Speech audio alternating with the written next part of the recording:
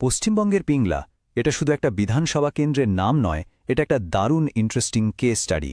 এখানকার ভোটাররা যে শুধু ভোট দেন তা নয়, তারা তাদের দাবি দাওয়া নিয়ে সবসময় সরব। চলুন এই অত্যন্ত সচেতন নির্বাচক মণ্ডলীর অসাধারণ গল্পটা একটু কাছ থেকে দেখা যাক। তো এই বিশ্লেষণে আমরা ধাপে ধাপে এগোব। প্রথমে দেখব পিংলার মানুষ কিভাবে নিজেদের আওয়াজকে জোরালো করে তোলেন, তারপর দেখব কিভাবেই বা এখানকার রাজনৈতিক রায় একেবারে খাদের কিনারা এসে দাঁড়ায়।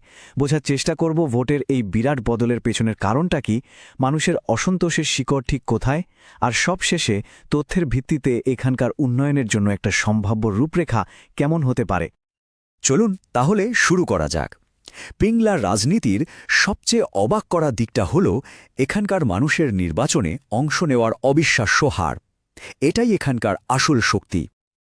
আচ্ছা, পিংলা জায়গাটা ঠিক কোথায়? এটা পশ্চিমবঙ্গের পশ্চিম মেদিনীপুর জেলার একটা গ্রামীণ বিধানসভা কেন্দ্র। দক্ষিণবঙ্গের এই সমতল ভূমি অঞ্চলটা কিন্তু বন্যা আর অনুন্নয়নের মতো অনেকগুলো বড় বড় সমস্যার সঙ্গে লড়াই করছে। এই সংখ্যাগুলোর দিকে একবার তাকান। 2016 সালে ভোট পড়েছে 90% বেশি, আর 2021-এ প্রায় 89.66%, মানে প্রায় 90%। এটা কিন্তু শুধু একটা সংখ্যা নয়। পিংলার মানুষ যখন ভোট দেন তখন তারা প্রায় এক সুরে কথা বলেন। এই বিপুল অংশগ্রহণ আসলে একটা জোরালো বার্তা, যা কোনো রাজনৈতিক দল চাইলেও উপেক্ষা করতে পারে না। মানুষের এই জবরদস্ত অংশগ্রহণের ফল কি হল?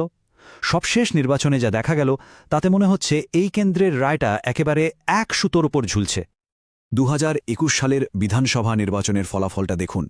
তৃণমূল কংগ্রেস পেয়েছে 49.17% ভোট, আর ঠিক তার পেছনেই বিজেপি পেয়েছে 46.26%। মানে লড়াইটা কতটা হাড্ডাহাড্ডি ছিল তা এই সংখ্যাগুলো থেকে একদম স্পষ্ট।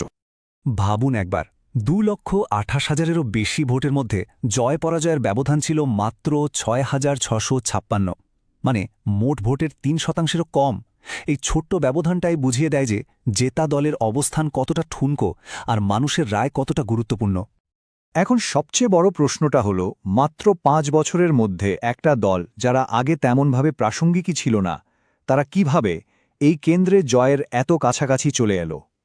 ভোটের এই খেলাটা কিভাবে বদলে গেল? এই টেবিলটাই আসলে পুরো গল্পের সারমর্ম। দেখুন, 2016 সালে বিজেপির ভোট ছিল মাত্র 8% মতো, যা 2021-এ এক লাফে বেড়ে দাঁড়াল 46%-এর বেশি।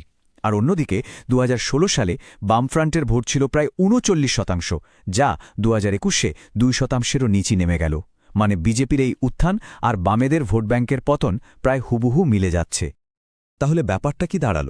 2016-তে বামফ্রন্টকে ভোট দেওয়া প্রায় 39% ভোটার কিন্তু অদৃশ্য হয়ে যাননি। তারা শুধু নিজেদের আনুগত্য বদলেছেন, একটা নতুন রাজনৈতিক আশ্রয় খুঁজে নিয়েছেন। পিংলার রাজনীতিতে এই বাস্তববাদী ভাসমান ভোটাররাই আসল ক্ষমতার নিয়ন্ত্রক।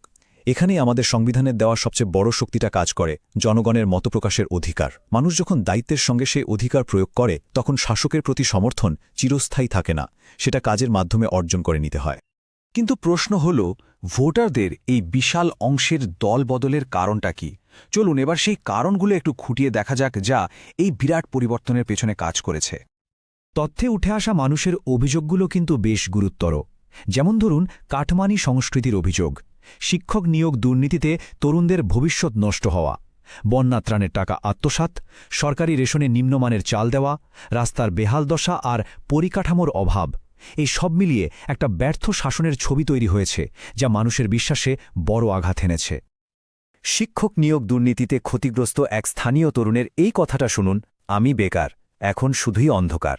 এই একটা কথাই হয়তো বুঝিয়ে দেয় যে এই সমস্যাগুলো সাধারণ মানুষের জীবনে কতটা গভীর আর ব্যক্তিগত প্রভাব ফেলেছে। এটা শুধু ডেটা নয়, এটা মানুষের কষ্ট। বেশ, সমস্যা তো অনেক হলো, এবার একটু সমাধানের দিকে নজর দেওয়া যাক। এই সমস্ত তথ্য বিশ্লেষণ করে পিংলার উন্নয়নের জন্য কি কি পদক্ষেপ নেওয়া যেতে পারে তার একটা পরিষ্কার রূপরেখা তৈরি করা সম্ভব। তথ্যের ভিত্তিতে মূলত 3টে প্রধান পদক্ষেপের কথা ভাবা যেতে পারে। প্রথমত, পরিকাঠামো উন্নয়ন, যার মধ্যে অন্তত 30 কিলোমিটার গুরুত্বপূর্ণ গ্রামীণ রাস্তা দ্রুত সংস্কার করা দরকার। দ্বিতীয়ত, জীবিকা, মানে একটা কৃষি প্রক্রিয়াকরণ কেন্দ্র তৈরি করা, যা অন্তত 500-এর বেশি স্থানীয় কর্মসংস্থান তৈরি করতে পারে। আর তৃতীয়ত, দক্ষতা বৃদ্ধি আর জনকল্যাণ, 1000 যুবক যুবতীর জন্য একটা স্কিল পার্ক তৈরি করা এবং সমস্ত সরকারি প্রকল্পের সুবিধা যাতে 100% মানুষের কাছে পৌঁছায় তা নিশ্চিত করা। তাহলে মূল কথাটা কি? পিংলার মতো একটা জায়গায় বিশ্বাস শুধু কথায় ফেরে না, বিশ্বাসটা ফিরিয়ে আনতে হয় কাজের মাধ্যমে, যার ফল মানুষ হাতে নাতে পায়। সুশাসনের মূল ভিত্তিই হল মানুষের জীবনের মান উন্নয়ন।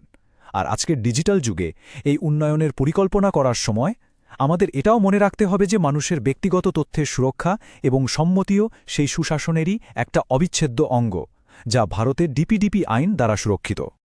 সবশেষে একটা প্রশ্ন রেখে যাচ্ছি। পিংলার মতো এমন একটি জায়গায় যেখানে নির্বাচকরা এতটাই সচেতন, এতটাই বাস্তববাদী, সেখানে কোনো রাজনৈতিক দলের পাওয়া জনমত কি আদৌ কখনো পুরোপুরি সুরক্ষিত থাকতে পারে? উত্তরটা হয়তো আপনাদের ভাবনার মধ্যেই লুকিয়ে আছে।